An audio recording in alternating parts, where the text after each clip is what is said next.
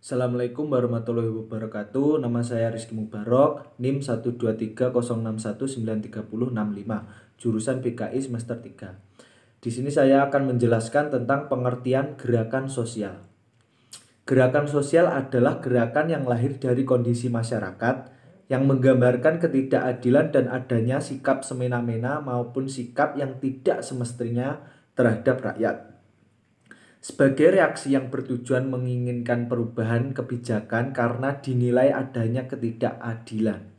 Gerakan sosial adalah aksi yang terorganisir dari arti kelompok sosial, masyarakat tertentu dalam menghadapi adanya ketimpangan, di mana negara mengabaikan hak-hak rakyat yang ditandai dengan cara-cara oposisi, yaitu di luar jalur pemerintahan atau bahkan yang berlawanan dengan kaidah hukum yang berlaku. Gerakan sosial adalah upaya bersama yang dilakukan oleh rakyat dalam jumlah yang sangat besar bertujuan untuk melakukan pembaharuan pada keadaan sosial politik yang stagnan dari waktu ke waktu. Oke, saya akan menyebutkan pengertian gerakan sosial menurut para ahli. Contohnya dua saja, yaitu yang pertama, Charles Tilly. Gerakan sosial adalah serangkaian aksi yang dilakukan secara terus-menerus atau berkelanjutan yang menunjukkan pertentangan dari masyarakat awam terhadap kelompok lainnya, serta dapat dijadikan sarana utama bagi masyarakat awam untuk turut serta pada kegiatan politik publik. Yang kedua, ada Bloomer. Gerakan sosial adalah suatu gerakan yang ditandai dengan adanya rasa kegelisahan yang diakibatkan oleh ketidakpuasan terhadap dinamika kehidupan, yang kemudian gerakan ini memunculkan harapan serta keinginan untuk mencapai tatanan kehidupan yang lebih baik yang dapat dicapai secara kolektif. Assalamualaikum warahmatullahi wabarakatuh. Saya Rosid Tanaya Pertiwi dengan nomor NIM 12306193089. Di sini saya akan menjelaskan tentang karakteristik dari gerakan sosial. Yang pertama yaitu bersifat kolektif. Yang dimaksud dalam bersifat kolektif yaitu dilakukan secara berkelompok tetapi dalam jumlah yang sangat besar. Yang kedua yaitu terorganisir. Terorganisir bermaksud diatur dalam kesatuan yang sesuai dengan tatanan atau kaidah yang berlaku.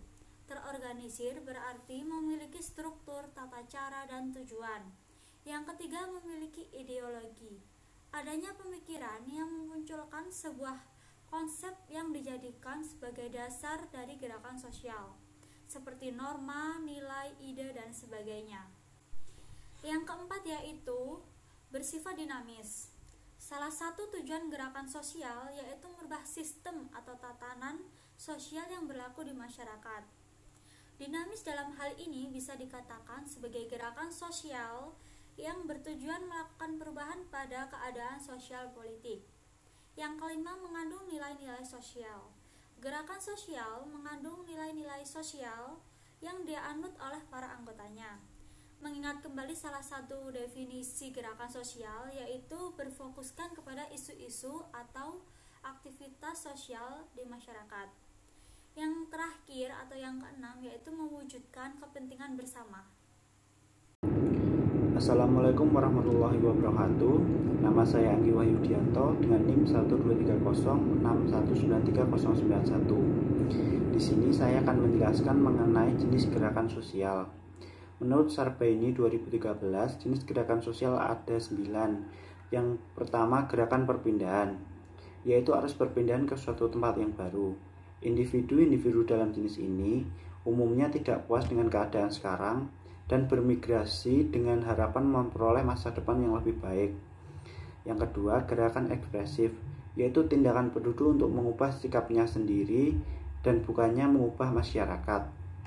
Yang ketiga, gerakan utopia, yaitu gerakan yang bertujuan menciptakan lingkungan sosial ideal yang dihuni atau upaya menciptakan masyarakat sejahtera yang berskala kecil. Yang keempat, gerakan reformasi, yaitu gerakan yang berupa memperbaiki aspek-aspek tertentu dalam masyarakat tanpa memperbarui secara keseluruhan. Yang kelima, gerakan revolusioner, yaitu gerakan sosial yang memperbaiki masyarakat secara tepat dan drastis dengan tujuan mengganti sistem yang ada dengan sistem yang baru. Yang keenam, gerakan regresif, yaitu gerakan yang berusaha untuk mengembalikan keadaan kepada kedudukan sebelumnya. Yang ketujuh, gerakan perlawanan, yaitu gerakan yang berusaha melawan perubahan sosial tertentu. Yang kedelapan, gerakan progresif, yaitu gerakan yang bertujuan memperbaiki masyarakat dengan cara mengadakan perubahan positif pada lembaga-lembaga dan organisasi-organisasi tertentu. Yang kesembilan, gerakan konservatif, yaitu gerakan yang berusaha menjaga agar masyarakat tidak berubah. Assalamualaikum warahmatullahi wabarakatuh. Nama saya Rohmatika Putri Ramadanti dengan nomor NIM 12306193079 akan menjelaskan tentang faktor yang menyebabkan munculnya gerakan sosial. Dalam ilmu-ilmu sosial dapat dijumpai berbagai penjelasan, baik bersifat psikologis maupun bersifat sosiologis. Penjelasan yang sering dikemukakan mengaitkan gerakan sosial dengan deprivasi ekonomi dan sosial. Menurut penjelasan ini, orang melibatkan diri dalam gerakan sosial karena menderita deprivasi, yaitu kehilangan, kekurangan, dan penderitaan. Misalnya di bidang ekonomi, seperti hilangnya peluang untuk memenuhi kebutuhan pokok yang dimaksud dengan pangan, sandang, dan papan.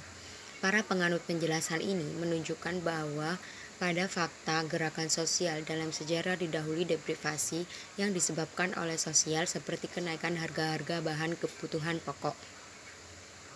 Beberapa ahli sosiologi, misalnya James Davis, kurang sependapat dengan penjelasan deprivasi. Semata-mata mereka menunjukkan pada fakta bahwa gerakan sosial sering muncul justru pada saat masyarakat menikmati kemajuan di bidang ekonomi. Oleh sebab itu dirumuskanlah penjelasan yang memakai konsep deprivasi sosial relatif. James Davis mengemukakan bahwa meskipun tingkat kepuasan masyarakat meningkat terus, namun mungkin saja terjadi kesenjangan antara harapan masyarakat dengan keadaan nyata yang dihadapi kesenjangan antara pemenuhan kebutuhan yang diinginkan masyarakat dengan apa yang diperoleh secara nyata. Wabarakatuh. Perkenalkan, nama saya Wildan Ahmad Afandi dari kelas 3B BKI.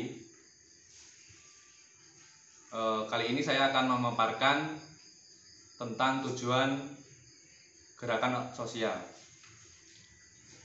Yang jelas, gerakan sosial itu tujuannya adalah sebuah perubahan. Misalnya gini, saya analogikan seperti individu lapar. Ketika lapar, kita lihat dulu itu anak kecil atau orang dewasa, dan kita lihat lagi sudut pandangnya seperti apa. Ketika yang lapar itu anak kecil, kan kita sudah tahu nanti minta ke orang tuanya atau minta diambilkan, dan dipengaruhi juga sudut pandangnya atau pengetahuan atau kebenarannya seperti apa.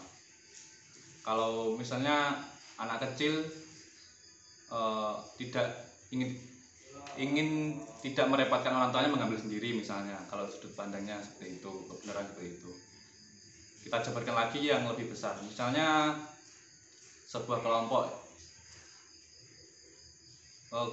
penyebab gerakan sosialnya itu apa, terus kita klik lagi jenisnya apa, ataukah itu organisasi atau sekelompok atau gerombolan orang. Dan ketiga adalah paradigmanya. Kalau kita sudah tahu tiga itu, kita akan tahu tujuannya atau goalsnya itu pasti sebuah perubahan. Misalnya tadi individu tadi penyebabnya adalah lapar. Merubah lapar menjadi kenyang itu kan sebuah perubahan seperti itu. Bila ada kesalahan atau ketidakcocokan dari opini saya yang mau menambahkan, silakan. Wassalamualaikum warahmatullahi wabarakatuh.